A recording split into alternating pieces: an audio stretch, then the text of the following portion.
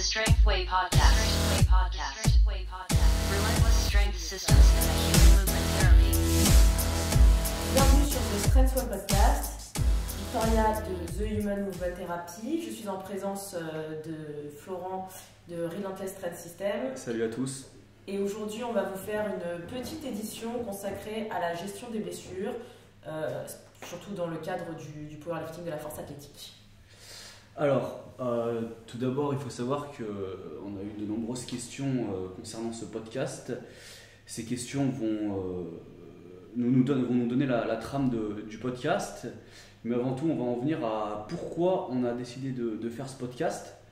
Me concernant, j'ai eu pas mal d'athlètes qui ne savent pas vraiment comment gérer les blessures. Et on en voit toujours sur les réseaux sociaux dans ce cas-là. Et je peux distinguer parmi tous ces athlètes deux profils d'athlètes qui ressortent souvent.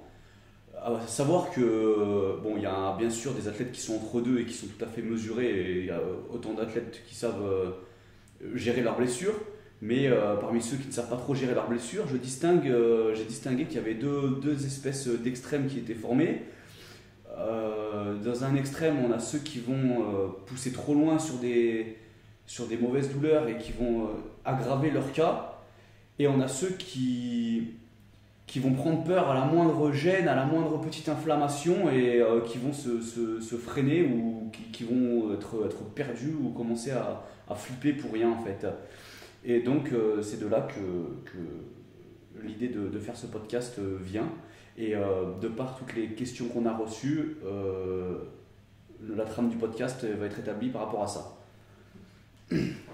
Donc du coup, on va aborder ça en plusieurs points. On va pas reprendre toutes les questions, mais on a fait la trame par rapport aux questions. Donc normalement, on répondra à absolument toutes les questions qui nous ont été posées. La majorité des questions. Donc la première idée qui nous a été suggérée, c'était l'idée que, on nous a demandé notre avis sur l'idée que blessure égale repos, et que dans la médecine traditionnelle, souvent quand tu vas voir un docteur que tu es blessé, on te dit qu'il faut absolument te reposer, t'immobiliser, il ne faut plus rien faire, il faut arrêter le sport, etc. Là, la question est vague parce que ça dépend vraiment du contexte. Ça dépend du type de blessure. Voilà, si on a quelqu'un bien sûr qui a eu une déchirure, etc., qui est amené à plus pouvoir, vraiment plus pouvoir se mouvoir, etc., c'est sûr que on va avoir, le repos ne va pas non plus devoir être mis de côté. Mais je pense que c'est quand même rare de se retrouver dans des situations où tu dois complètement être immobilisé. Tu peux toujours faire quelque chose. Si tu t'es blessé sur les membranes, tu peux peut-être focus sur du bench, etc. Enfin, tu peux adapter tes entraînements. Disons qu'il y a toujours quelque chose à faire qui peut aider à la récupération la plupart du temps. Et ne rien faire, ça résout rarement le problème, si ce n'est que ça l'aggrave. Après, le fait est qu'il faut différencier les différents types de blessures auxquelles on peut être confronté. Surtout dans la force, on a, donc globalement, si on essaie de faire le point sur les différents types de blessures, on a les blessures plutôt tendineuses, tout ce qui va être tendinite, etc. On va avoir tout ce qui est musculaire, déchirure, contracture, claquage, élongation, et on va avoir tout ce qui est plutôt névralgique au niveau des compressions nerveuses. Donc le plus courant qu'on a, c'est les sciatiques, ou tout ce qui est compression du nerf ulnaire au niveau des cervicales, avec des douleurs qui vont dans les bras, jusqu'à la main parfois. C'est les trucs qu'on retrouve le plus. Mais au sein même de ce type de blessures, il y a des grades de blessures, et il y a des blessures qui vont être très faciles à prendre en charge, et il y en a où il va falloir quand même prendre un avis médical par exemple. Mais globalement, pour faire le point, à moins de vous péter une jambe ou de vous faire une déchirure musculaire, une vraie déchirure musculaire, à savoir que votre muscle est complètement déchiré et qu'il faut faire une opération pour le rattacher, il y a toujours des choses à faire pour améliorer votre cas, et ça nécessite rarement du repos total. Il est rare que le repos total vous aide à guérir. Surtout qu'à la circulation sanguine, si je me base sur tout ce qui est dans le rehab, dans mon domaine, la circulation sanguine, c'est vraiment quelque chose qui va permettre la guérison. C'est-à-dire que le sang va amener tous les matériaux qui sont nécessaires à la reconstruction des tissus qui ont été lésés, qui ont été abîmés. Et quand on est face à une blessure, plus on va amener du sang dans la zone, plus vite et mieux on va guérir. C'est pour ça qu'on retrouve plein de stratégies. Le blood flow ou la circulation sanguine, c'est à la base de beaucoup de méthodes pour accélérer la guérison, que ce soit pratiqué par des kinés ou des entraîneurs ou quoi que ce soit. Enfin, tu vas au kiné, il te met la machine qui fait une machine qui chauffe, là, c'est une machine à onde chauffante. Ça fait circuler le sang, il te met le complexe pour faire circuler le sang. Les pistolets de massage, c'est pareil, ça fait ça masse, mais ça fait aussi circuler le sang. Le cupping, ça fait circuler le sang. Enfin, il y a plein de trucs. Tout ça, ça vient. Voilà. Il y a d'autres actions bien sûr pour chaque outil. Oui, mais globalement, on retrouve quand même ce principe de. Il y a toujours cet effet de vascularisation. Et au-delà de ça, le fait de bouger, ça va permettre aussi le deuxième type de circulation qu'on a dans le corps. Donc on a la circulation sanguine et on a la circulation lymphatique. Donc la lymphe, c'est un autre liquide qu'il y a dans le corps dont on parle moins. Il y a toute une circulation qui est aussi importante que la circulation sanguine et qui permet d'amener tout ce qui est globules blancs et cellules immunitaires. Donc en bougeant, en évitant l'immobilisation, sauf dans les cas extrêmes dont on a parlé, on va favoriser la récupération et la guérison. Donc en général, quand on est blessé, la première chose à faire, c'est de vérifier quelle amplitude de mouvement nous est encore disponible, qu'est-ce qu'on peut faire, qu'est-ce qui est non douloureux, et essayer de l'explorer au maximum pour bouger et favoriser justement cette circulation. Donc ce premier point nous amène sur le deuxième point, qui est le parcours de santé à adopter, donc médecin ou automédication. Voilà. Donc là, selon moi, mon avis personnel, ça va dépendre de la blessure ou des douleurs que vous avez, disons. Ça va dépendre vachement de ça. Alors, ce qu'il faut savoir, c'est que l'entraîneur, il n'est pas médecin. C'est toujours important de prendre un avis médical quand la blessure a l'air importante. Mais il y a quand même des petites choses qu'on peut faire qui permettent d'avoir une idée. On a le cas récemment avec un athlète qu'on ne coach pas, mais avec qui on est assez proche, qui a eu une grosse douleur au cours d'un squat en plein milieu du quadri, et qui sur le moment a pensé que s'était fait une petite déchirure, ou il ne savait pas trop, c'était une contracture. Et donc après concertation, on s'est dit que attendre 1-2 jours, essayer de voir en testant la zone si en contractant, si en étirant c'était plus douloureux, si le fait de pouvoir marcher était douloureux ou pas, nous a permis en fait avec le temps, donc en laissant 1 ou 2 jours, de se rendre compte qu'en fait c'était une simple contracture et qu'il n'y avait pas de lésion majeure. Donc sans prendre un avis médical, déjà dans les 2 premiers jours, vous voyez l'évolution de la douleur sur la zone, et en général ça donne déjà une bonne indication si c'est quelque chose de bénin qui va passer comme ça. Voilà, dans une blessure bénigne, on peut regrouper plusieurs choses. Ça va être une petite élongation, une petite contracture, une inflammation, une légère inflammation. Donc, voilà. On a globalement, faut pas se leurrer non plus. On est dans un sport où faut pas être naïf, on est dans un sport où on va toujours chercher à pousser le corps à des extrêmes. Puis le corps humain, c'est quand même un système qui est dégénératif. On a tendance avec le temps, avec le vieillissement, à avoir une dégénérescence des tissus. Donc les blessures, elles vont arriver, les douleurs, elles vont arriver. Les douleurs, on va dire qu'au sein de la force, elles sont plutôt communes.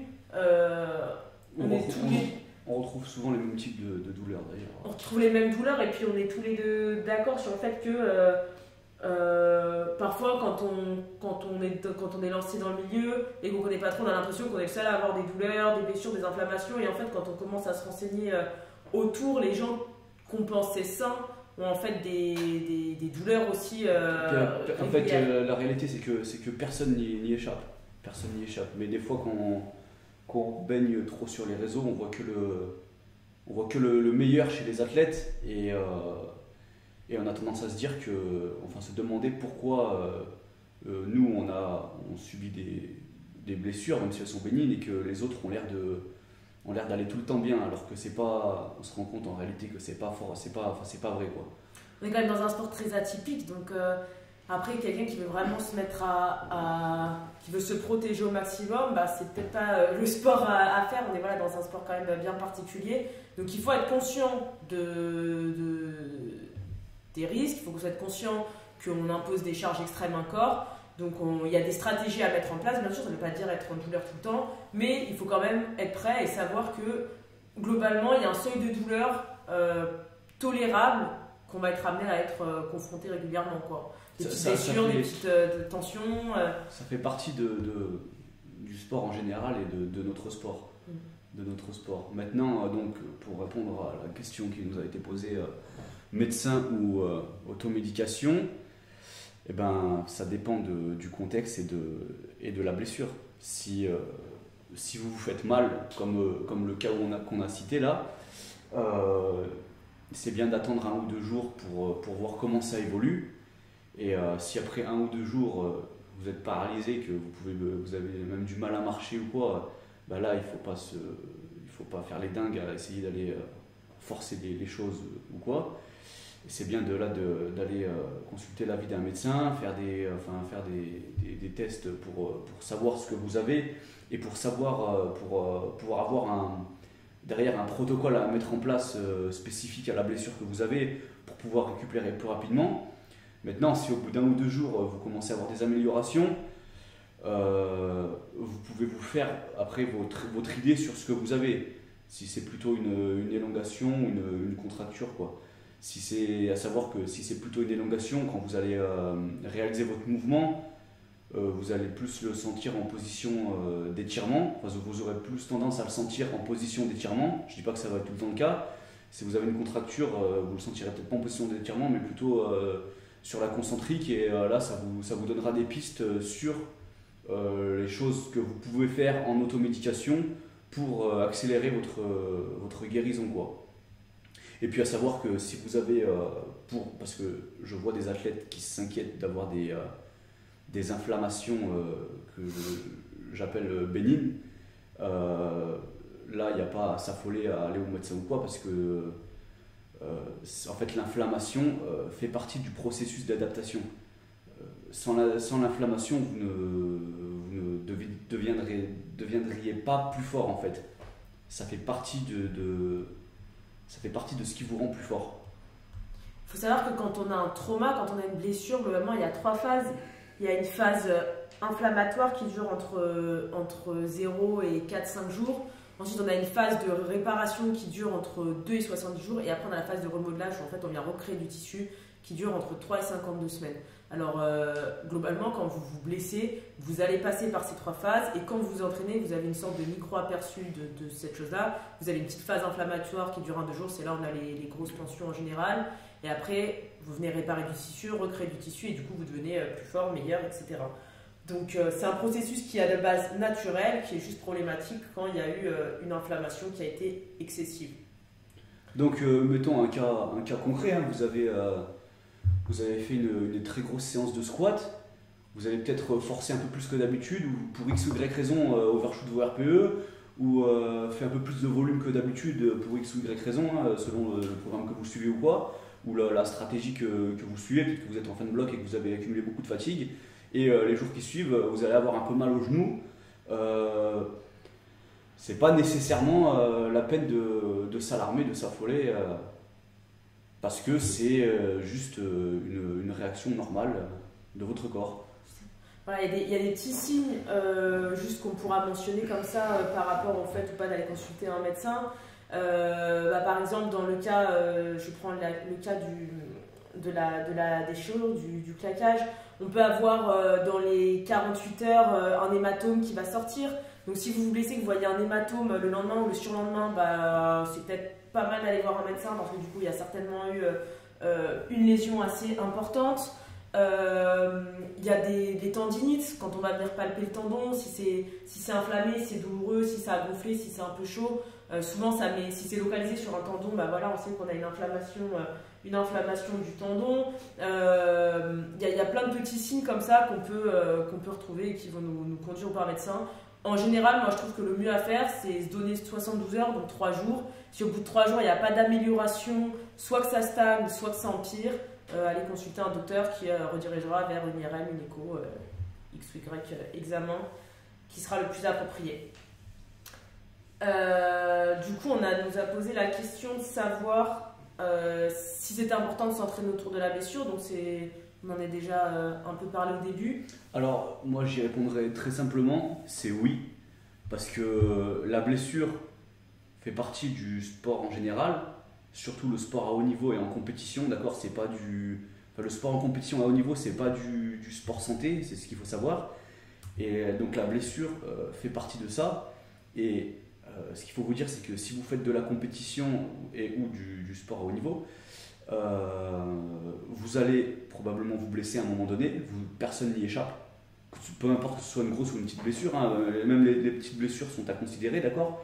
Donc vous allez en faire l'expérience à un moment donné, et probablement plusieurs fois. Après, il y a des athlètes qui sont plus ou moins sujets par rapport à d'autres, mais si à chaque fois que vous vous blessez, vous stoppez tout, vous allez énormément freiner votre progression, et c'est pas une manière viable de faire les choses. En fait, il faut apprendre à le gérer et à faire avec. Ça ne veut pas dire qu'il faut s'entraîner comme des bourrins dessus, mais il faut apprendre à savoir le gérer en fait. À s'adapter autour de la blessure, tout simplement. Puis je pense que sur tous les plans, ça peut être que préjudiciable de pas s'entraîner, comme on l'a dit au début, sur tout ce qui était vascularisation, qui est un processus qui facilite la guérison. Puis sur le plan psychologique aussi, le fait de s'arrêter totalement, je suis pas sûre que que ça aide beaucoup dans le processus de guérison.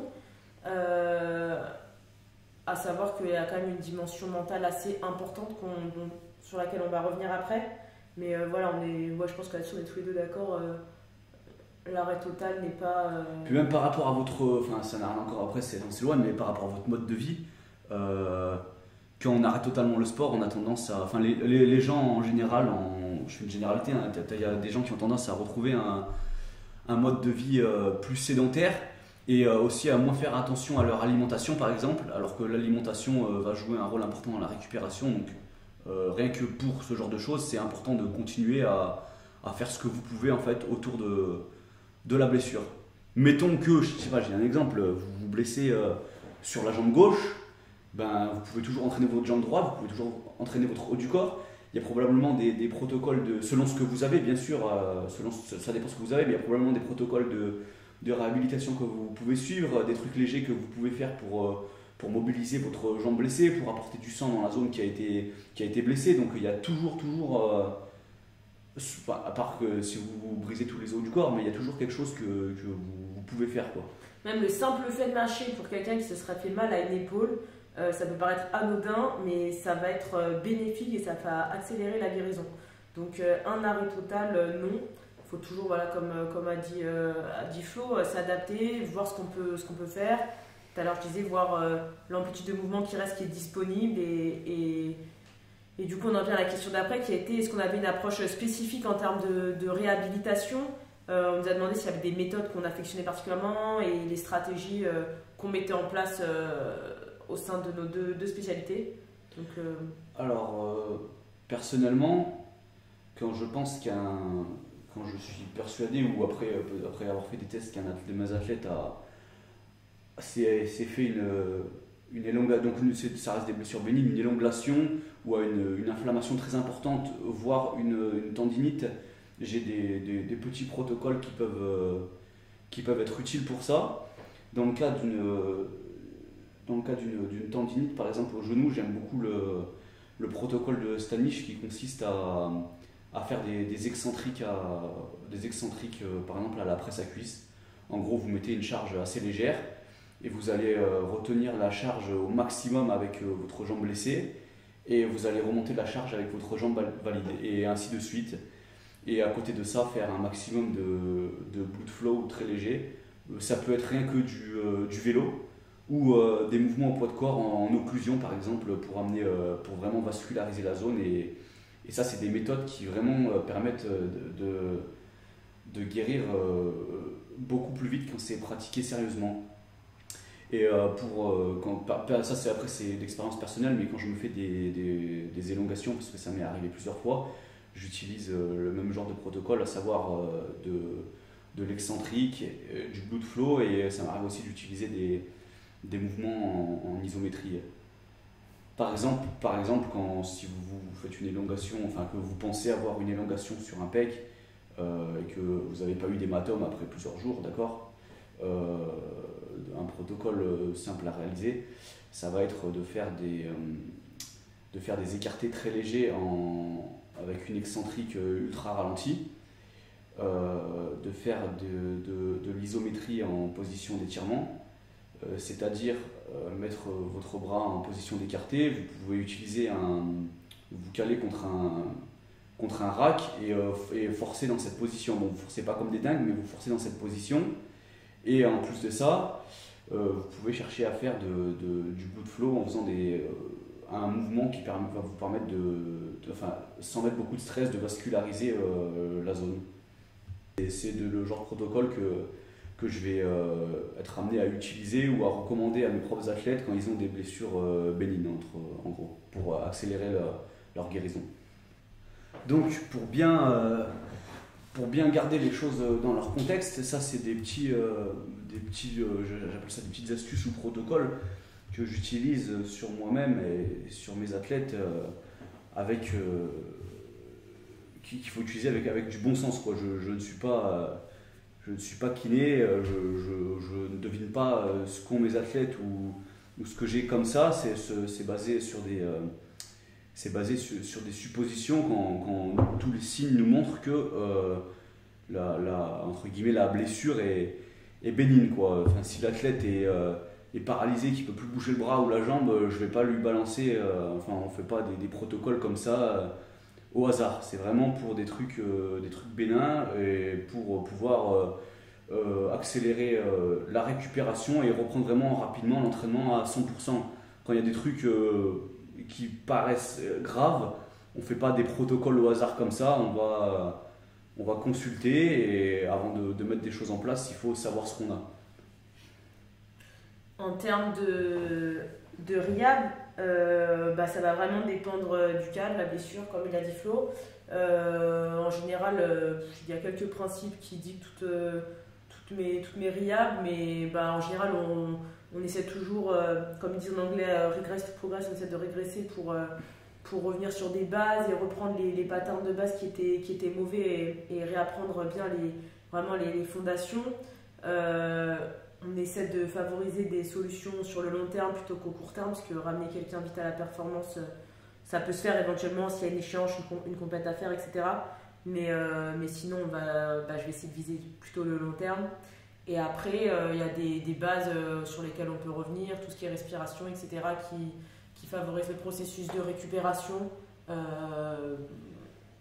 Voilà, par exemple, un truc plus con, mais quand on respire, on vient créer du mouvement au niveau des côtes. Au niveau des côtes, c'est un endroit où il y a une grosse production de cellules immunitaires dans la moelle osseuse, et du coup, le fait de respirer, ça va créer du mouvement, ça va stimuler cette production de cellules immunitaires, et ça va permettre une guérison plus rapide. Donc il y a des petites bases comme ça que je vais appliquer à tout le monde, mais pour le coup, j'ai pas un protocole particulier qui vient en tête, puisque ça va dépendre du cas. Après, à savoir qu'il faut, là on parle de réhabilitation, c'est un terme vague.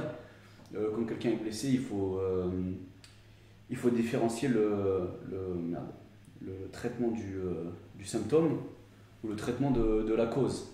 D'accord ? Moi, je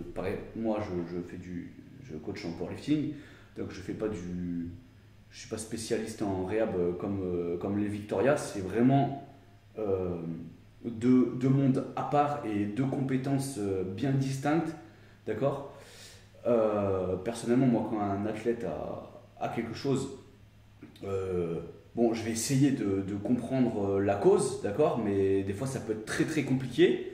Mais je vais d'abord traiter le symptôme pour que l'athlète puisse continuer traiter le symptôme dans la mesure de ce que je peux faire et du possible par rapport à ma compréhension de ce qu'il a, d'accord. Après, je pousse toujours mon athlète vers un ou une spécialiste, évidemment. Mais dans le cadre de mes capacités, de mes connaissances, je vais toujours essayer d'aider l'athlète à traiter le symptôme, déjà pour diminuer ses douleurs et tout ça, et pour qu'il puisse s'entraîner. Mais disons que la base, c'est quand même de traiter la cause. Parce que sinon, vous aurez beau, quand vous vous blessez, vous aurez beau réhab, si vous identifiez pas la cause et que vous la traitez pas ou que vous trouvez pas quelqu'un qui peut vous aider à identifier et à traiter la cause, il se peut que vous vous reblessiez à chaque fois, quoi. Mais toi, dans ton approche, genre quand tu t'occupes d'un athlète, ton objectif à toi en tant que coach, c'est quand même de trouver une solution pour que la personne elle puisse rapidement continuer à s'entraîner, je suppose. Donc, tu vas quand même chercher à diminuer le symptôme dans un premier temps pour lui permettre de continuer à s'entraîner. Bien sûr, c'est ce que je dis. Ok. C'est ce que je dis. Et après, tu leur mais c'est pas une approche viable à long terme. Ok. Moi je coach des athlètes qui veulent faire des compétitions, qui ont une échéance, et même s'ils se blessent, on ne va pas arrêter toute la préparation. Donc il faut que l'athlète puisse s'entraîner. Donc moi j'essaye, je dis bien, je ne suis pas kiné ou je ne suis pas spécialiste dans le réhab, donc j'essaye de les aider à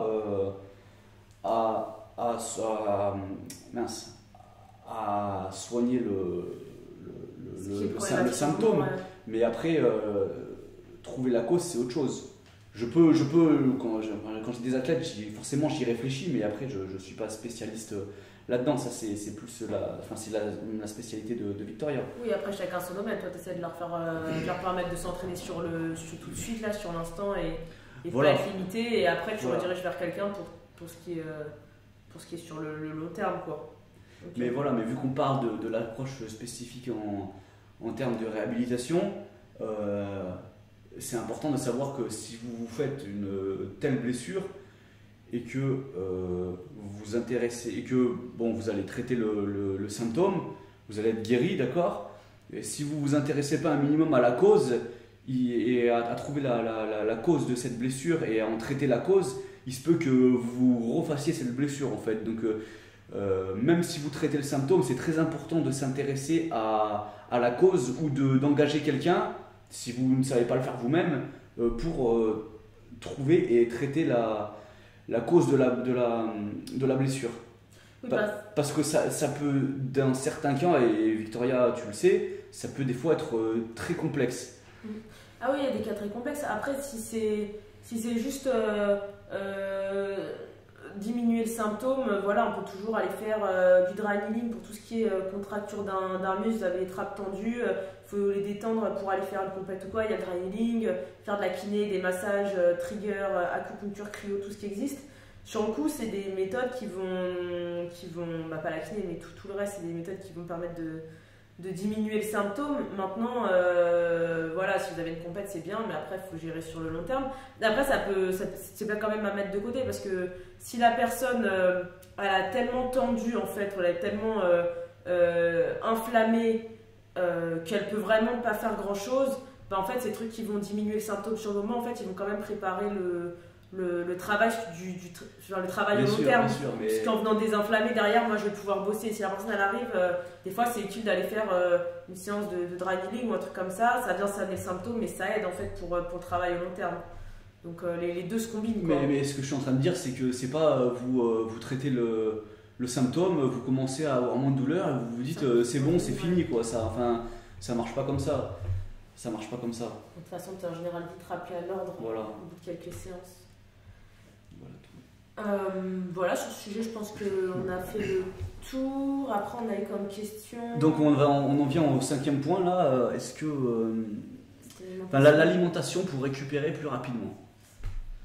Donc, par rapport à ça, on n'est pas diète. Donc, je laisserai aux diètes qui leur appartient, aux nutritionnistes. Mais globalement, il y a 2 petits trucs qu'on peut mentionner. Premièrement, c'est quand l'organisme il est blessé, il est inflammé. Le métabolisme il augmente, donc il peut monter entre 15 et 50% de plus sur le métabolisme.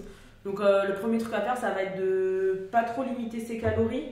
Je dis pas de les monter autant que quand tu t'entraînes, parce que tu vas pas avoir la même dépense énergétique si tu as complètement ralenti ton entraînement, mais l'avoir un tout petit peu plus haut que ce que tu pourrais consommer sur un jour off, parce que ton corps il va consommer plus d'énergie parce qu'il est en mode de réparation en permanence.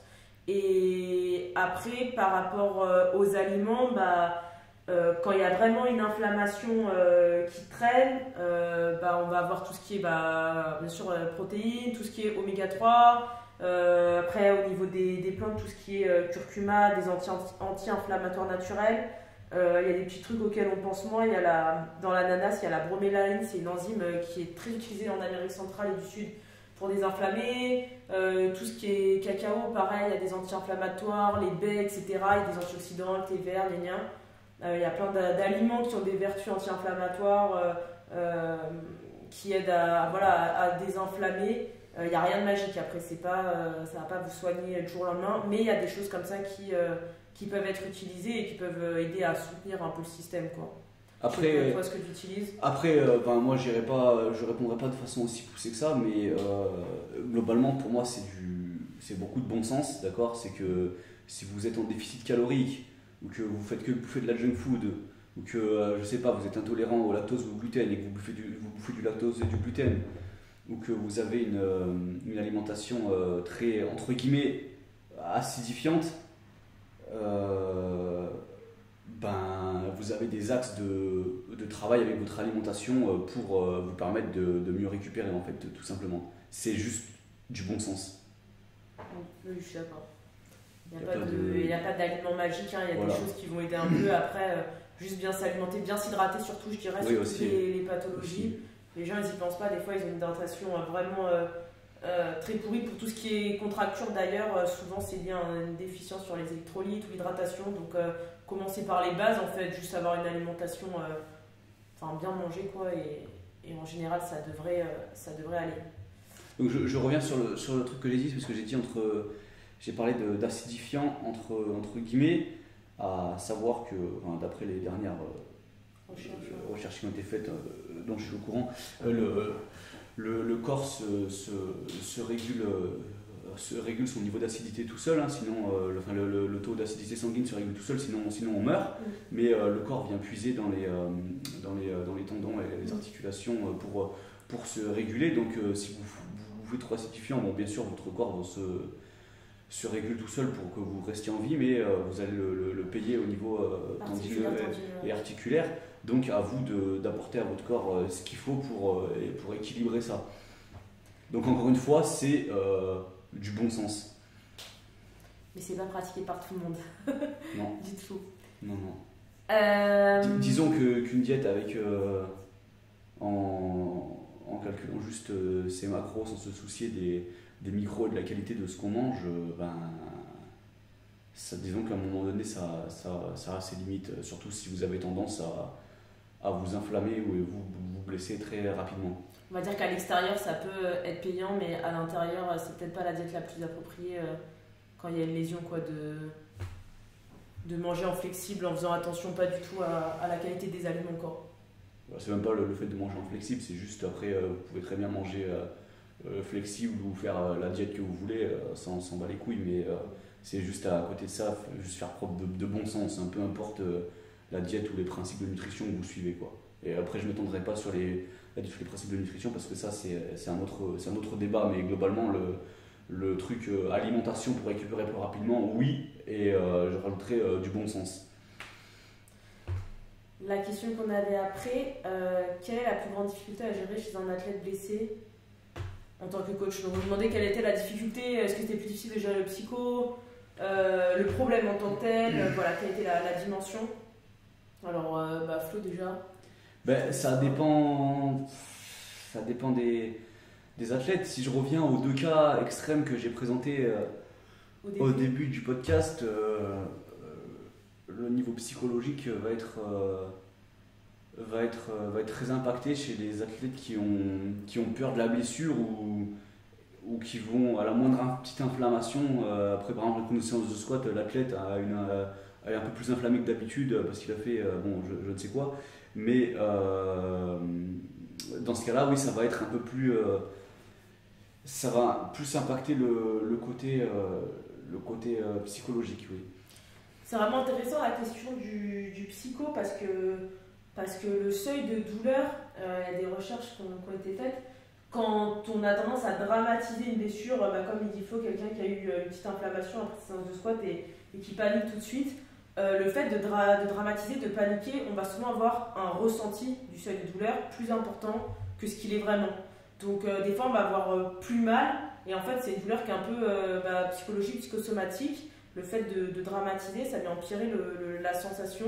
Donc, la première chose à faire, je dirais, c'est de relativiser quand on a une blessure, d'attendre un peu.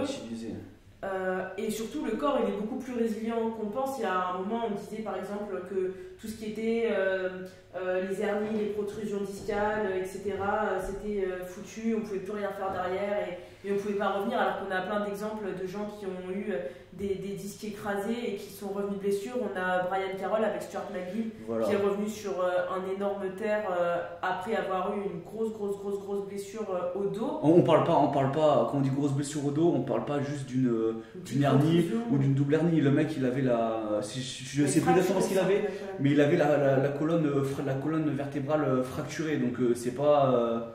une hernie à côté de ça, c'est de la merde, quoi.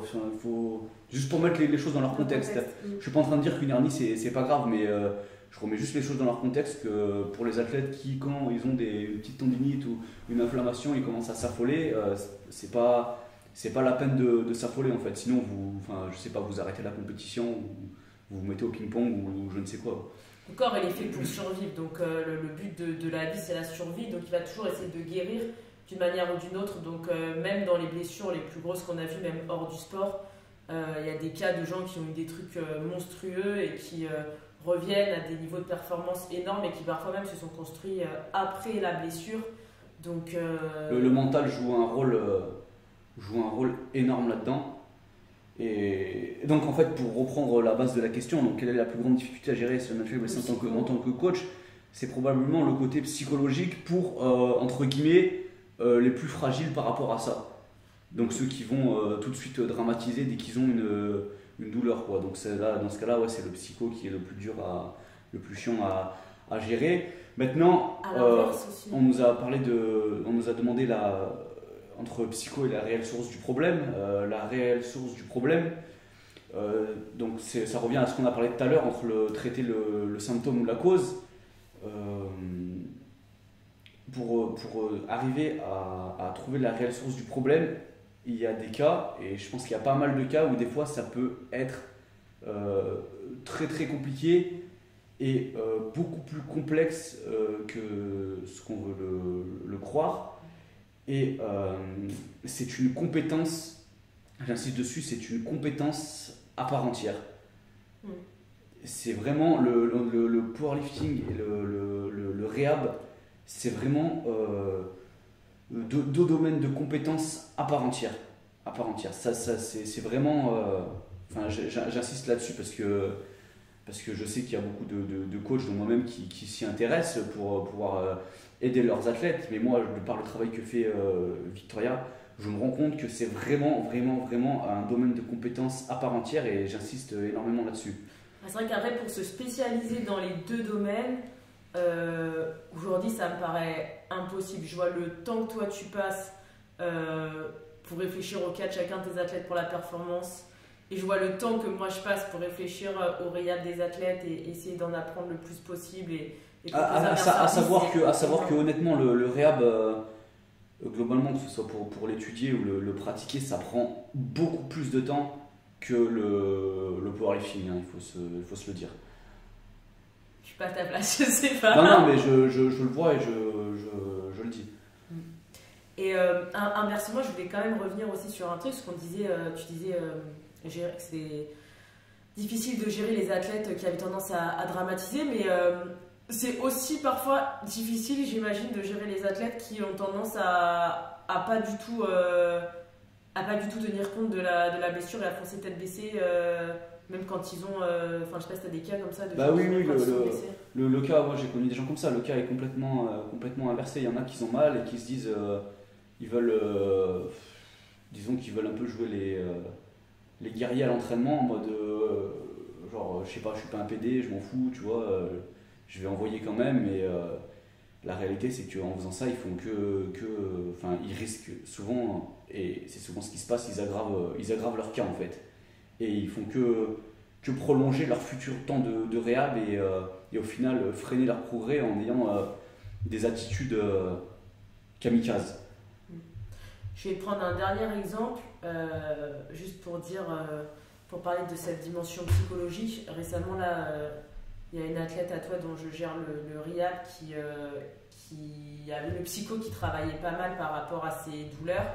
Et bon, j'ai une petite discussion avec elle et j'en suis venue à lui dire que fallait juste qu'elle se concentre sur les choses où elle avait un contrôle et qu'elle avait des douleurs, qu'on avançait, mais qu'il n'y avait pas de magie, je ne pouvais pas transformer la situation du jour au lendemain.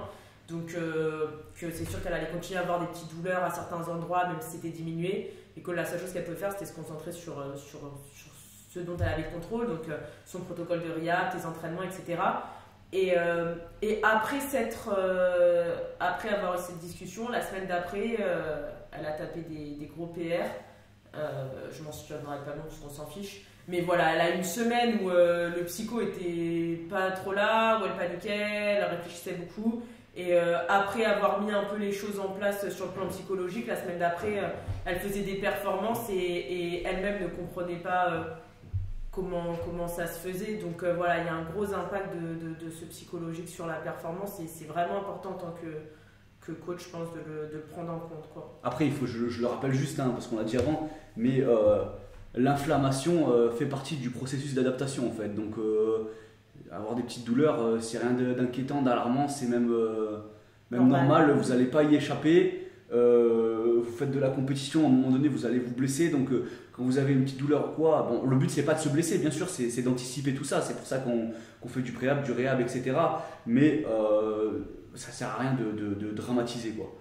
Je le reprécise aussi, le corps il n'est pas symétrique, de nature on n'est pas symétrique, donc quand vous allez faire des sports à charge, vous allez imposer une contrainte symétrique au corps avec un squat symétrique, etc. Vous allez essayer de pousser pareil des deux côtés. Il va y avoir toujours des déséquilibres et on aura beau faire tout le rehab et le prehab qu'on veut, il y aura toujours des petits déséquilibres et il va y avoir des endroits qui vont avoir tendance à s'inflammer un peu plus que d'autres, enfin des parties du corps. Donc c'est normal. Le but du rehab et du prehab, c'est pas de vous rendre symétrique, c'est pas de vous corriger totalement, ça va être juste de rééquilibrer en fait au maximum ce qu'on peut rééquilibrer, mais ça sera jamais symétrique. C'est du rééquilibrage, c'est créer de l'alternance, c'est créer de la variabilité qui va permettre de maintenir un corps qui ne va pas trop s'user d'un côté ou d'un autre, mais ça sera jamais, si vous voulez être symétrique ou voir un mouvement tout parfait, vous n'êtes pas un robot, quoi, vous êtes humain.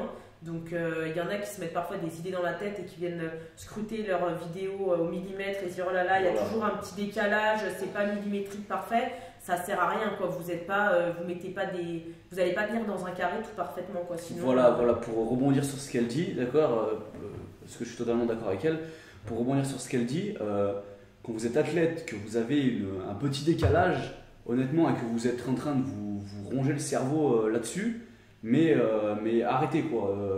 Si vous avez beau avoir un petit décalage, un mini shift sur votre squat, être un peu décalé au coucher, avoir une épaule un peu plus basse que l'autre, si vous progressez, que vous n'avez pas de blessure qui vous empêche de progresser, je ne parle pas de petites inflammations, si vous n'avez pas de blessure qui vous empêche de progresser, que vous progressez, mais vous n'avez pas matière en fait et que votre mouvement est efficient et validé en compétition, vous n'avez pas matière à vous prendre la tête et vous branler le cerveau pour ça en fait. Il faut rester concentré sur l'essentiel des fois, en sachant que vous ne serez probablement jamais symétrique. Vous pouvez travailler pour ça, mais ça ne sert à rien pendant vos séries de chercher le petit truc de perfection là qui va au final plus vous freiner qu'autre chose en fait. Mais c'est un truc qui est parfois problématique parce que ça m'est arrivé d'avoir des personnes, et même c'était mon cas à un moment, d'avoir des personnes où elles ne se rendent pas compte qu'elles ont un déséquilibre. Elles viennent pour un prehab ou un rehab sur un truc qui n'a rien à voir, par exemple, je sais pas moi, c'est une douleur au coude. Et au moment où moi je leur fais leur analyse, le test de screening, là je vois qu'il y a un décalage sur le bassin qui est assez important, qui moi peut me laisser penser qu'il va y avoir au long terme une blessure ou à moyen terme. Donc moi bien sûr dans mon rôle je vais avertir la personne et je vais lui donner des exercices, puis je lui explique pourquoi je lui donne, etc. parce que sinon elle va pas comprendre. Et à partir du moment où je dis à la personne qu'elle a un décalage qui est visible et qui pourrait à terme créer un problème, là, il y a des cas où il y a des personnes qui après ne focus que sur ça et qui me disent ah oui je m'en suis rendu compte, et à chaque séance elles sont en train de regarder et même si elles progressent en fait après elles ne voient que leur petit décalage, voire même des fois elles commencent à avoir des douleurs alors qu'elles en ont jamais eu sur le bassin.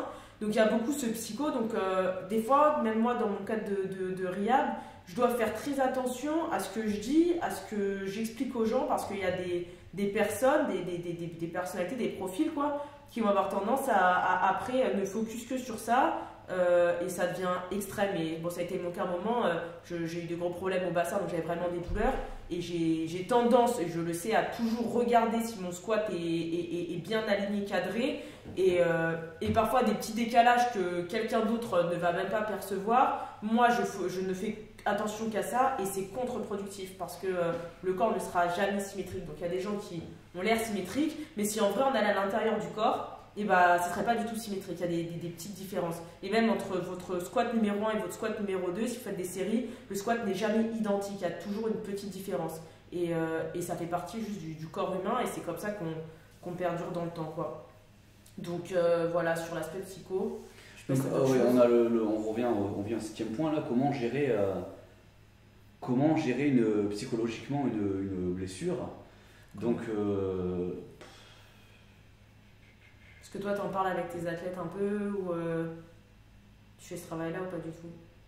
Bah ça dépend de l'athlète, ça dépend de la blessure, ça dépend de c'est vraiment vague. Mais pour reprendre les deux cas extrêmes que j'ai cités ci-dessus. Donc vous avez l'athlète qui va voir un truc, qui est en train de se faire un truc sérieux et qui va vouloir faire le héros à l'entraînement et qui va aggraver son cas. Et vous avez l'athlète donc qui va flipper à la moindre inflammation. Donc comment gérer ça psychologiquement? L'athlète qui va flipper à la moindre inflammation, je vais essayer de lui faire comprendre que, comme je le dis là, ça sert à rien de flipper à la moindre inflammation, parce que ça fait partie du processus d'adaptation, et que de toute façon les blessures font partie de notre sport, que l'athlète va forcément se blesser à un moment ou d'un autre, et que plutôt que d'avoir peur de ça, l'athlète devrait se concentrer à, si ça arrive, à apprendre à le gérer en fait, parce qu'après simplement il aura moins peur, elle aura moins peur. Et pour l'athlète qui joue le héros, moi j'essaie de leur rappeler que l'objectif final c'est la compétition, d'accord, c'est pas ce qui se passe à l'entraînement, et que jouer le héros à l'entraînement pour faire de la merde à la compétition, en fait c'est pas le but. Donc ça c'est les deux plus gros points. Maintenant, pour un athlète qui se fait une blessure et que sa saison est, et au pire que sa saison est, tant qu'il n'est pas mort ou paralysé, on va dire qu'il n'a pas perdu un bras, une jambe, c'est pas grave quoi, et il est encore en vie et tout va bien, il peut mener sa vie normalement. Donc des saisons de force, il en aura d'autres quoi. C'est pas comme s'il allait arrêter la force maintenant quoi. Oui, en fait, en tant que coach, tu as un peu le rôle de régulateur, tu viens oui. équilibrer un peu l'athlète, autant celui qui fonce dedans et celui qui est trop Non, mais tu vois, des fois, j'ai des cas où des athlètes, on dirait que s'ils se blessent et que leur saison est finie, c'est la fin du monde. c'est la fin de leur existence. Donc même si la force athlétique, ça représente une énorme part de votre vie, que vous êtes 100% dédié à ça, que vous investissez comme des fous, gardez en tête qu'il y aura d'autres saisons, hein, d'accord, il y aura une saison de plus, une deuxième, une troisième saison, une quatrième saison, et que ça sert à rien de tout miser sur une saison.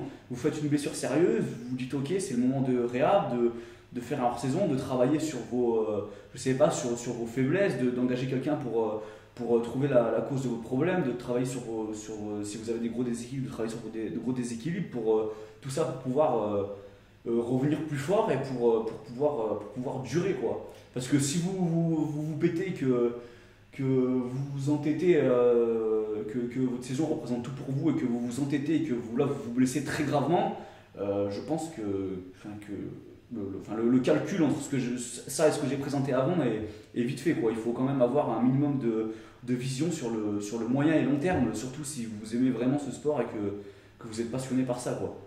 Après, c'est vrai qu'il y a un truc qui est intéressant avec la blessure, il faut essayer de voir le positif, c'est que la blessure, elle vient forcer le haut là et mettre un petit stop quoi, un moment. Et chez certaines personnes, je pense que ça leur fait du bien, parce que du coup, elles sont obligées de refaire le point sur comment elles se sont entraînées, sur les erreurs qu'elles ont faites, sur ce qu'elles ont mal fait, ce qu'elles auraient pu modifier, sur leur pattern et tout. Donc des fois, il y a des personnes, on va dire que la blessure, elle peut même leur être bénéfique, parce qu'il y a des individus qui qui ne prennent jamais le temps d'analyser ce qu'ils ont fait et que seulement quand ils se blessent, ils commencent à réfléchir un peu aux choses qui sont pas faites de manière optimale.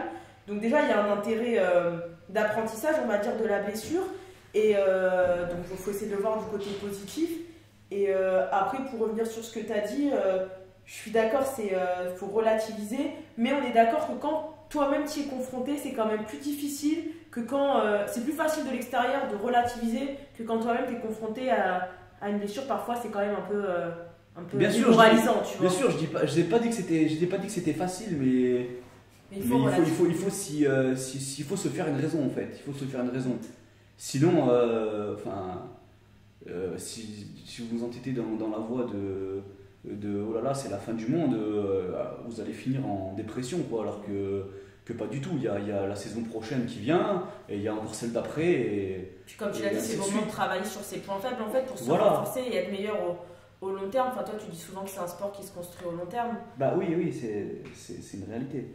C'est une réalité. Donc voilà, essayez de vous entourer de gens qui vous portent vers le haut, qui vous aident à voir le positif dans ce qui vous arrive, à mettre en lumière les choses sur lesquelles vous pouvez bosser. Et comme on l'a dit, concentrez-vous sur les choses que vous contrôlez. Donc mettez en place toutes les stratégies possibles pour en tirer en fait un bénéfice de cette blessure et performer mieux au long terme.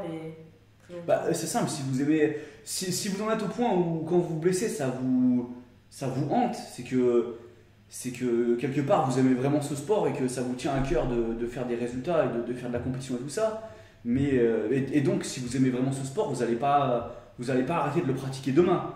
Donc vous allez continuer la saison d'après et probablement la saison prochaine.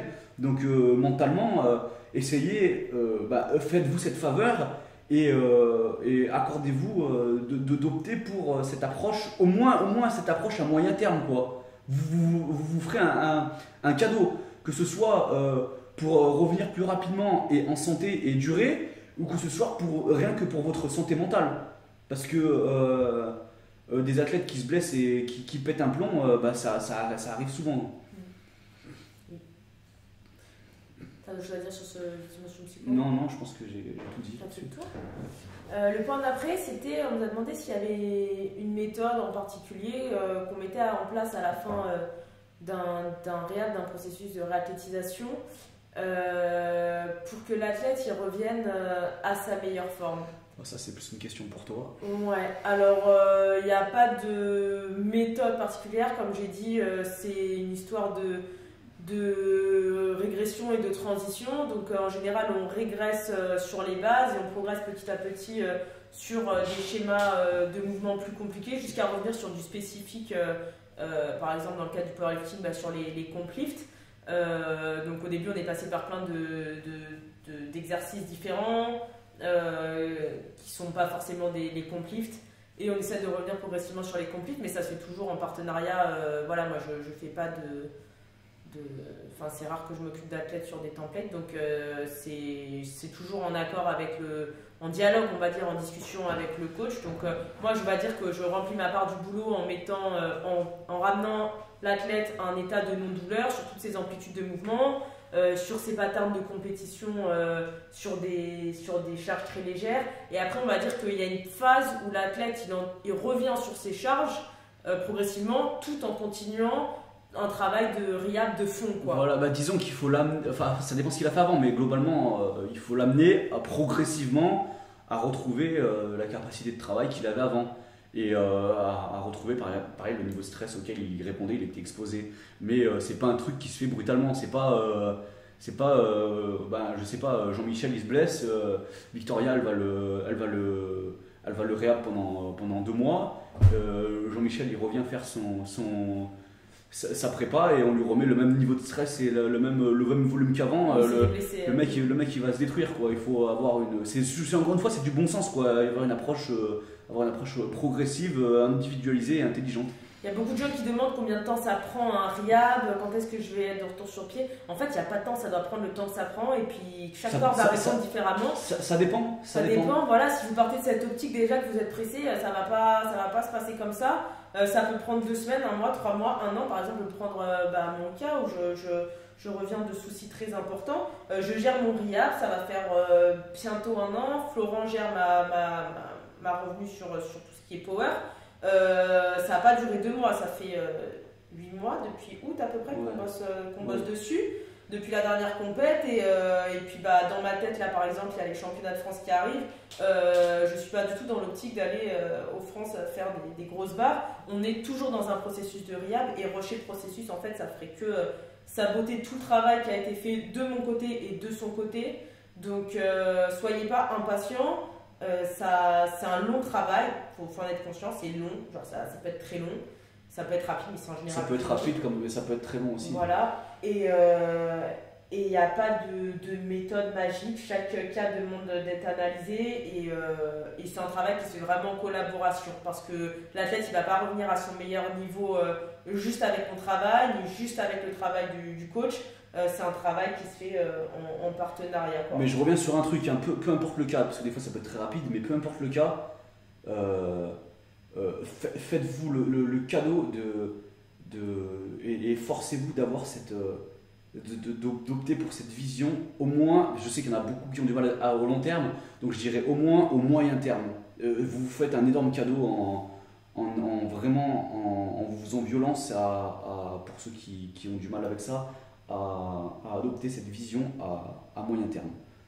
Il y a parfois des fois une part d'ego, une part d'impatience. Ouais, quand on fait un sport, on a envie de performer vite. Parce que quand vous rushez, de toute façon, il n'y a pas de raccourci facile. Et quand vous rushez, que ce soit le réhab ou le processus, vous allez forcément à un moment donné vous prendre une claque dans la gueule et au final perdre du temps. Surtout sur le RIAB, il y a des personnes qui, dès qu'elles n'ont plus de douleur, mettons, elles font 1-2 mois avec moi et elles n'ont plus ou presque plus de douleur. Et elles se disent, ah bah ça y est, c'est bon, j'arrête le RIAB et puis je me réentraîne et puis je fais pas trop attention. Non, en fait, genre, quand vous avez plus de douleur, c'est pas le moment où il faut arrêter, il faut continuer. Au moins, je dirais pendant 2-3 mois et ensuite garder quelques exos en fond, au moins d'entretien. Parce que votre corps, il aura toujours, comme il est asymétrique, il aura toujours tendance à revenir dans le pattern le plus facile pour lui, en fait, le plus confortable, qui est souvent celui qui a créé des problèmes. Donc c'est un travail au long terme, quoi. Voilà, c'est comme la diète. Hein, et puis rappelez-vous, comme on l'a dit tout à l'heure, c'est pas parce que le symptôme est parti que la cause est partie aussi. Donc il faut toujours garder ça en tête. Donc on en vient sur le prochain point. Alors là, la question qu'on m'avait posée, c'était très spécifique. Ça, c'est un gars qui faisait du jiu-jitsu, je crois. Il m'avait demandé de remplacer le back squat par du Romanian squat et du deadlift par de la trap bar si lombaire instable. Bon, lombaire instable, pour moi, ça veut pas dire. Donc là, le gars, en fait, il demande quelqu'un qui a des douleurs au lombaire, qui a des lombaires instables, enfin qui est fragile à ce niveau-là. Est-ce qu'il remplace son back squat par une variante type Romanian ou du deadlift à la trap bar? Bah, du coup, ça, c'est toi. Donc, moi, je vais lui répondre personnellement à cette question parce que je le connais, et puis après, je vais répondre de façon plus générale pour ceux qui font du powerlifting et qui ont de douleurs sur certains mouvements. Donc, pour toi, si tu écoutes le podcast, déjà, tu fais du jiu-jitsu, donc t'es pas contraint à faire un mouvement spécifique. Donc, t'enfermer sur du back squat ou du deadlift si ça te crée des douleurs, ça ne sert à rien, quoi. Opte pour un mouvement dans le cadre de ta prépa physique qui ne te crée pas de douleur et qui te permet de travailler ce que tu as envie de travailler. Maintenant, pour les gens, j'en profite de cette question pour parler de ça. Pour les gens, disons qu'ils vont avoir des douleurs qui vont sans arrêt,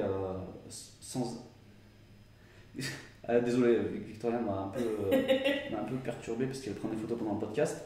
Donc, pour les gens qui vont avoir des douleurs qui vont venir pendant certains mouvements, d'accord ?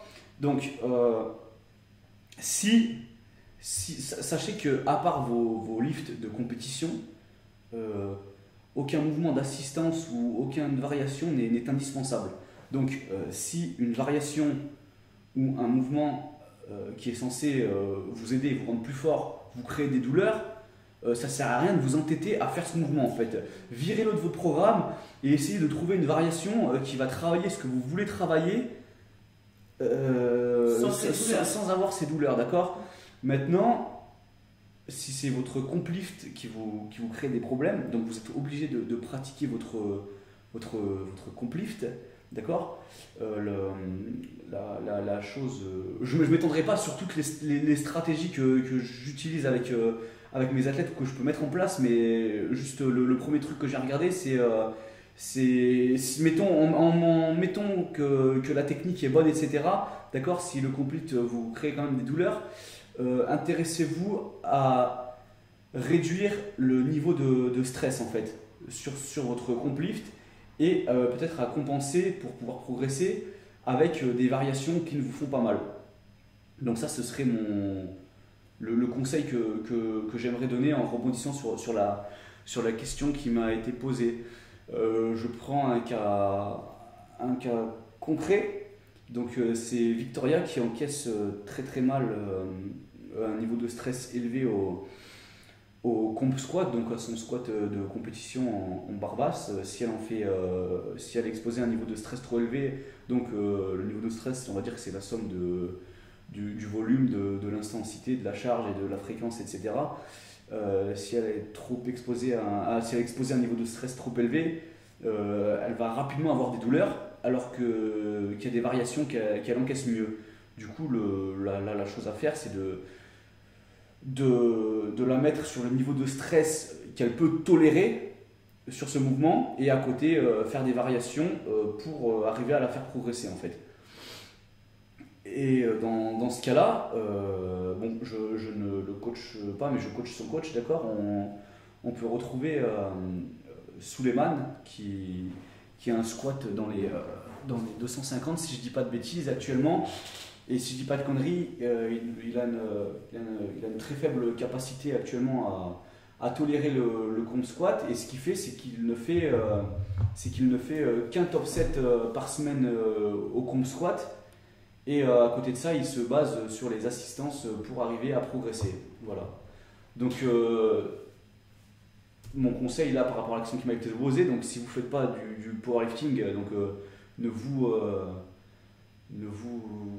contraignez jamais à vous entêter à faire un mouvement si vous cause des douleurs en fait, parce qu'il y a plein d'autres mouvements qui peuvent vous aider à atteindre vos objectifs quels qu'ils soient. Maintenant, si vous faites du powerlifting, d'accord, et que c'est vos complifts qui vous font mal, et que en partant du principe que votre technique est déjà réglée et bien comme il faut, intéressez-vous à réduire le niveau de stress sur votre complift, et si vous avez besoin d'un certain stress index pour progresser, essayez de l'avoir sur des mouvements, assistance, accessoires, renfort qui ne vous causent pas de douleur pour progresser.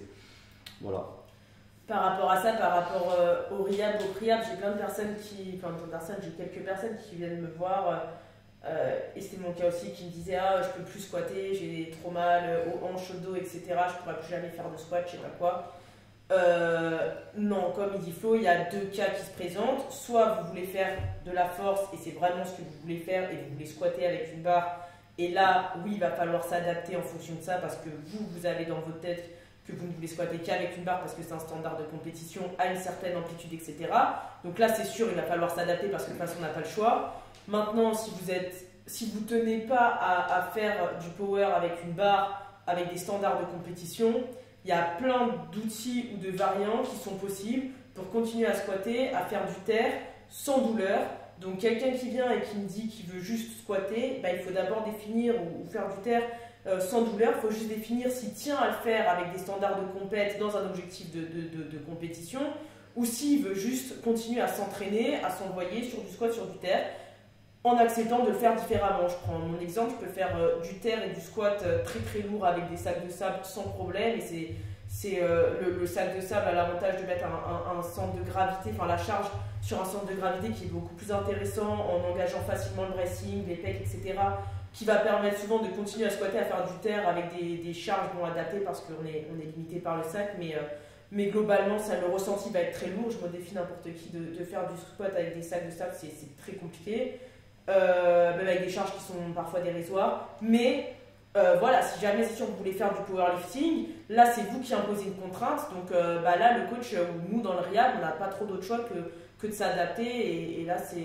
le travail que fait Flo actuellement, Par exemple, sur mon cas, je sais que je peux squatter, faire du terre souvent avec du lourd, avec d'autres outils, mais c'est sûr que si je veux faire de la compétition, il va falloir que je reprenne à squatter avec une barre sans douleur.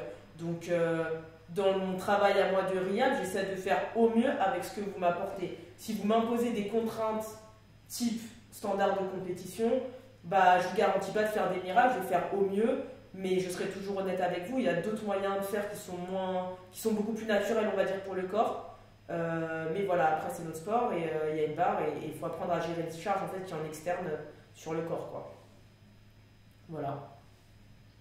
Voilà, tout simplement. Et pour terminer de répondre à cette question, donc cette personne qui dit avoir les lombaires instables, donc si vous êtes dans le cas où vous avez aussi des douleurs aux lombaires ou même aux hanches, donc aux hanches ça peut être aux fessiers, aux adducteurs ou des douleurs type sciatique ou des conneries comme ça, je vous renvoie à notre vidéo qu'on a tournée sur le bracing en fait, et je vous invite à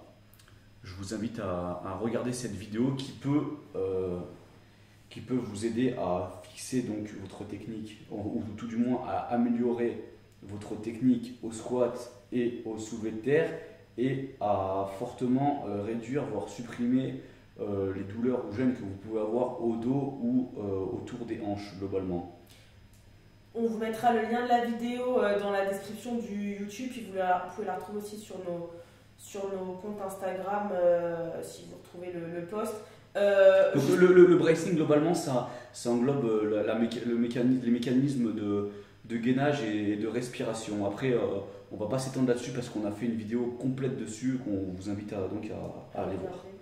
Juste par rapport à la manière dont la question a été formulée sur les douleurs, sur les lombaires instables, il n'y a pas de lombaire instable. Juste pour faire très simple, pour résumer par rapport au réhab, tout problème, dans 95% des cas, les douleurs du bas du dos lombaire et les douleurs de sciatique qui sont liées à L4, L5, S1, c'est des problèmes qui sont liés au sacro-iliaque. Donc c'est pas la vertèbre L4, L5, S1 qui est problématique, c'est pas le dos qui est problématique. En général, l'origine du problème, elle vient des sacro-iliaques, donc d'une instabilité à ce niveau-là. Donc juste pour reformuler, c'est pas tes lombaires, je pense, qui sont instables, il faut que tu ailles chercher plus bas, et tes lombaires sont juste le symptôme, mais je pense pas que ce soit la cause.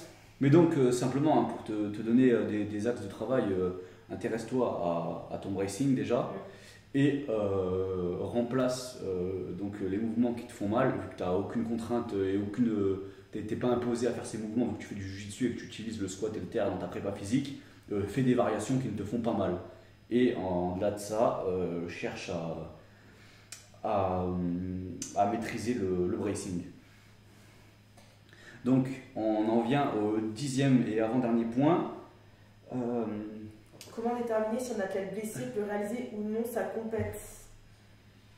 Donc quand un athlète est blessé, comment on fait pour dire si l'athlète il peut aller tirer ou pas après s'être blessé? Alors ou s'il est encore blessé?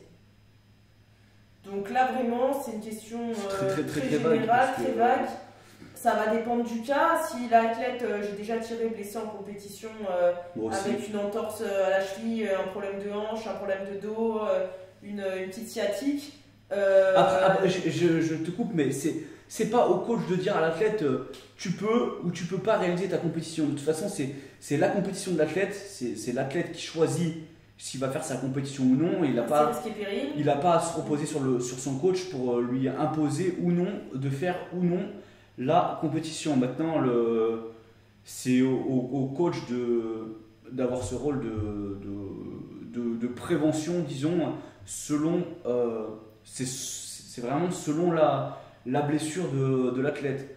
Il y a des blessures qui ne vont pas vous empêcher de réaliser une compétition. Maintenant, il y a des blessures où ça peut être dangereux, et c'est bien sûrement d'avoir fait des tests ou consulté un médecin en amont et d'avoir eu l'avis du médecin en plus de celui de votre coach pour savoir si vous pouvez réaliser la compétition si vous avez une blessure plutôt grave. On ne parle pas d'une petite inflammation, quoi. On va dire qu'il y a une part de responsabilité personnelle qui est trop souvent trop souvent, les athlètes, parfois, ils se reposent un peu sur autrui pour se délester un peu du problème. Faut quand même prendre sa responsabilité dans ces problématiques. Faut être responsable dans son entraînement, responsable dans son réhab, responsable dans son choix à l'approche d'une compétition. Quand on décide d'aller en compète et qu'on est blessé, qu'on a un problème, ça c'est risqué et péril. Donc faut mesurer, faut peser le danger, faut être un peu conscient de sa blessure. Donc voilà, dans le cas de blessures importantes avec un avis médical, c'est mieux peut-être en partenariat avec le médecin décider de oui ou non on peut aller faire sa compète. Dans une blessure mineure, je dirais que si c'est une petite tendinite, un truc, tu peux aller tirer, tu fais un petit protocole avant, ça va pas. Si c'est vraiment une compétition importante, ça va pas te tuer. Après, les personnes qui ont des énormes blessures et qui se détruisent sur un départemental, bon, faut aussi faut faire preuve de bon sens. Faut peser l'intérêt de la compétition, la gravité, le stade de la blessure et être responsable face à cela.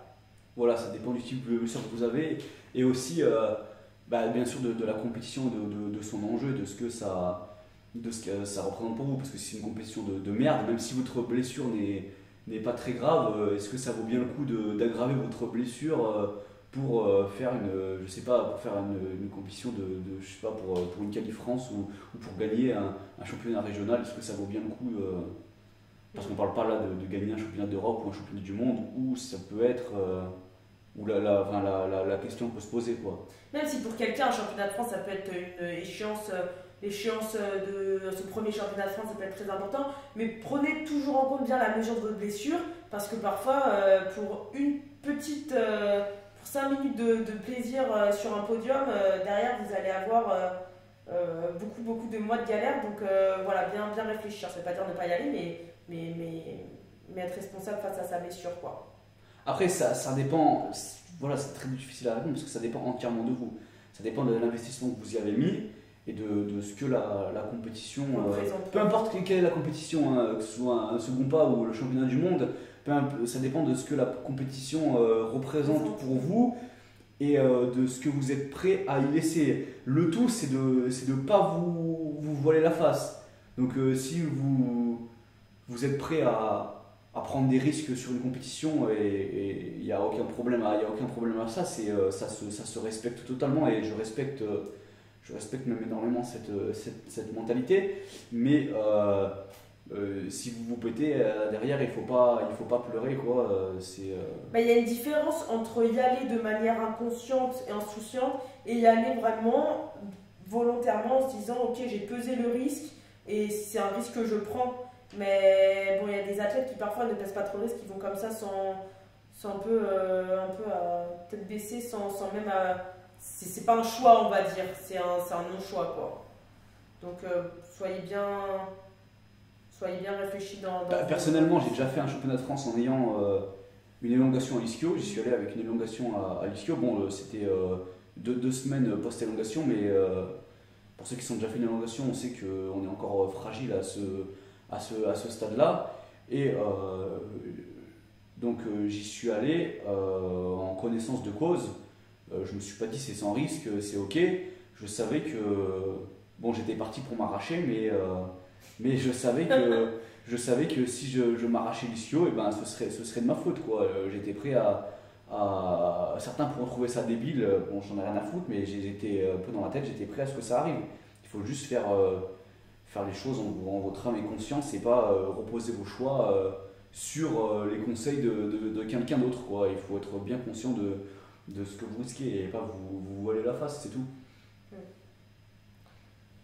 Donc voilà, très, très individuel comme réponse. Pour le 11e point, ça sera le dernier. Donc c'est l'importance du préhab-réhab en l'absence de blessures et douleurs. Donc, on résume un peu tout. Voilà. En l'absence de blessures et douleurs, ça sera plus du préhab et donc définir les termes déjà, parce que peut-être les gens ne savent pas c'est quoi la différence entre préhab et réhab. Donc vas-y, je te laisse définir les termes. Préhab, c'est prévention, en gros c'est tout ce qui est prophylactique, c'est prévenir la blessure, c'est toutes les stratégies qu'on va mettre avant que l'individu ait des problèmes, donc peut-être détecter les déséquilibres et mettre en place des stratégies pour éviter qu'il y ait une blessure derrière. Et réhab, c'est quand il y a déjà une blessure et c'est de la réathlétisation, c'est guérir le problème pour revenir à son niveau de forme, quoi, d'avant blessure. Après l'athlète peut ne pas être blessé, mais tu peux détecter chez lui des déséquilibres qui pourraient le mettre en péril, non? Ouais, je dirais plus que c'est du priable du coup, parce que c'est de la prévention avant qu'il se blesse. Ok, voilà. Donc là, la réponse est donnée, c'est que l'importance du préalable, c'est de faire de la prévention. Et même si on a dit que la blessure fait partie du sport, le but pour performer, c'est quand même de ne pas se blesser ou de se blesser le moins possible. Et dans l'ordre de se blesser le moins possible, il faut quand même faire un minimum de prévention, quoi. Après, le priable, c'est pas juste du mouvement, hein. C'est toutes les sphères. C'est le sommeil, la nutrition, le warm-up, ce que vous faites après l'entraînement. Moi, j'appelle ça le cool-down. Enfin, ce que vous faites après l'entraînement pour renormaliser un peu la posture. C'est l'alimentation, c'est l'hygiène de vie. En fait, en général, c'est, je sais pas, avec Flo, là, on a commencé à se décider à aller au sauna et au spa au moins une fois par mois pour récupérer, ou c'est tout ce qui est massage, etc. C'est vraiment ce qui est priable, c'est toutes les sphères, quoi. Toi, tu fais la sieste tous les jours parce que ça fait partie de ta stratégie.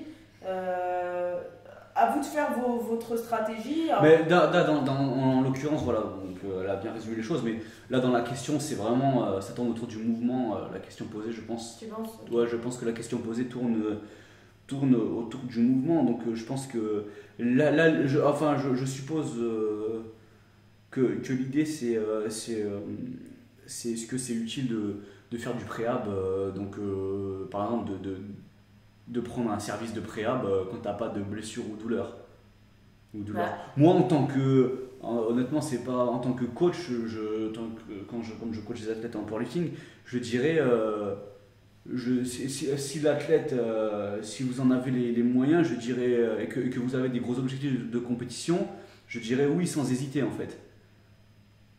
Après, ça dépend de... Parce que c'est que du... Le but pour progresser le plus et le plus longtemps possible et durer, étant quand même d'éviter un maximum la blessure ou les blessures graves et de ne pas vous blesser, le préhab a toute son importance dans votre programme, quoi. On va dire que ça va être un moyen d'anticiper avant que ce soit trop... avant qu'il y ait le problème qui survienne. Il y a plein de choses qui peuvent être anticipées à l'avance, donc vous n'avez même pas encore conscience en fait, tant que vous ne prenez pas un plan de préhab, parce que vous n'avez pas les douleurs, mais souvent quand la douleur elle se fait sentir, c'est trop tard, c'est qu'il y a déjà eu blessure. Donc parfois vous avez vraiment des choses qui, si elles étaient prises à temps, éviteraient des déchirures, des tendinites, des problèmes majeurs. Voilà, ce que j'observe souvent, c'est que la première année de force, en général, les gens ils n'ont pas trop de soucis majeurs. Mais au bout de la deuxième, troisième année, les gens ils commencent à avoir l'effet en fait, des déséquilibres qu'ils avaient avec la répétition, qui ont créé des inflammations. Donc si plus tôt vous prenez, plus tôt on peut prendre en charge, et éviter qu'il y ait, bon je le souhaite à personne, mais parfois il y a vraiment des lésions après qui sont faites au niveau de... On va dire qu'il y a deux stades. Il y a le stade où il y a juste des compensations sans problème, et il y a le stade où ça devient vraiment pathologique, où il y a même des lésions parfois sur les articulations et tout. Donc plus tôt on prend, plus tôt on peut agir avant qu'il y ait un dommage vraiment physique qui soit fait, quoi. Alors après, c'est pas pour faire c'est très important de le souligner, c'est pas pour faire le commercial ou quoi, mais disons que aujourd'hui les coachs de force font un peu de préhab entre guillemets grâce au move prep qu'on propose dans nos programmations. Je sais qu'OPT fait ça, et moi-même je mets une move prep à mes athlètes que je pense qui leur correspond, et je leur mets le renfort dans le sens d'essayer de prévenir les blessures. Mais même si votre coach a des connaissances là-dedans, engager une personne qui est vraiment formée dans ce domaine-là, ça n'a rien à voir. C'est, comme je l'ai répété tout à l'heure, c'est deux domaines vraiment à dissocier, et c'est deux domaines de compétences mais qui n'ont vraiment rien, enfin ils sont liés, mais c'est ça peut être hyper spécifique et poussé. Donc voilà, j'ai tout dit. Je vous dis pas d'aller forcément payer quelqu'un, que ce soit Victoria, ou vous pouvez aller voir même des services aux US. Il y a Kabuki qui font du préhab ou quoi. C'est pas le message. C'est juste que si vous êtes un athlète et que vous n'avez pas de blessure, mais que vous pouvez vous permettre de prendre quelqu'un, que vous avez des gros objectifs de compétition et que vous pouvez pas vous permettre et que vous avez envie de prendre quelqu'un en préhab, il n'y a pas, à hésiter en fait. Même si votre coach actuel a quelques connaissances, avoir un expert de votre côté, ça peut vraiment être un plus. Après, il n'y a pas de. En fait, chaque professionnel a son domaine. Flo ou n'importe quel coach de power se spécialise dans la performance. Moi, je me spécialise dans le pliable. Je ne remplace pas un kiné, un ostéo ou un chiro. Il y a des gens des fois qui me demandent est-ce qu'il vaut mieux aller voir un ostéo, un chiro, un éthio. Il n'y a pas de mieux en fait. Chaque spécialiste a sa spécialité, a son domaine d'action, va cibler des trucs bien précis. L'ostéo, il va s'occuper de tout ce qui est fonctionnel. Le chiro, il va s'occuper de tout ce qui est plutôt système nerveux au niveau du rachis, etc. Moi, je vais m'occuper d'une approche qui est assez générale, qui combine plein de choses différentes. Je ne vais pas rentrer dans les détails parce que ça sera assez long, mais voilà, je combine différentes méthodes musculo-squelettiques. Donc après, chaque personne a son domaine de compétences.